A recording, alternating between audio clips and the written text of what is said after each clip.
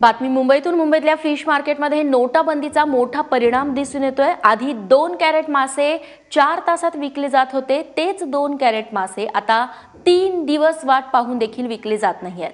नोटाबंदीमुळे हॉटेल व्यवसायावरती परिणाम झाल्याचं बघायला मिळतंय। त्यामुळे अर्थातच माशांची मागणी देखील घटलेली आहे। त्यामुळे फिश मार्केट सध्या मंदावलेलं आहे।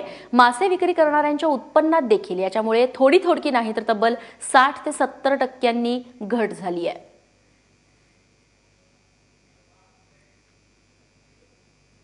मी माहीमच्या सिटी लाईट फिश मार्केटमध्ये आहे। माहीमच्या सिटी लाईट फिश मार्केट हा खूप प्रसिद्ध मार्केट आहे। इथून मुंबईचे मोठमोठ्या हॉटेलमध्ये फिश सप्लाय केला जातो।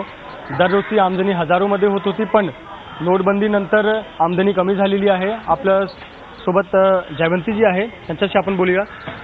मावशी, आम्हाला सांगा की किती फरक पडलेला आहे तुमच्या व्यापारावर? चिकारवर फरक पडला। आधी मच्छीच नाही खट्ट मोठा आहे, मच्छी बेचतात नाही, कोण लेतात नाही। लेने वाला आता है, घेवाला आले का बोला 500ची नोट आहे, मावशी घेणार काय? अरे 500 घेऊन तुम्हाला 600 रुपये कुठले सुटे देणार? 1000चा माल घेतला त्या 1000 घेऊ शकणार, म्हणजे 500 200 रुपये सुटे कुठले देणार? पहिला 2 दिवसांत बाजार, 1 दिवसांत बाजार, अर्धे तासांत खलास व्हायची।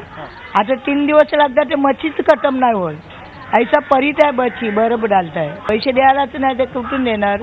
सुटेच नाही आमच्याकडे, पैसे कुठून सुटे देणार? कमाई खूप कमी झालेली आहे। कमाई झाली खूप कमी आहे, आपल्याला काय मिळणार आहे? कोली लोकांचा दंडा बसला असतात। पहिल्या हजारोमध्ये कमाई होत होती, तर आता काही फक्त 100 रुपये किंवा 500 रुपये 600 रुपये अशी कमाई होत आहे। तर नक्कीच फिश मार्केटमध्येही हा नोटबंदीचा प्रभाव दिसतोय।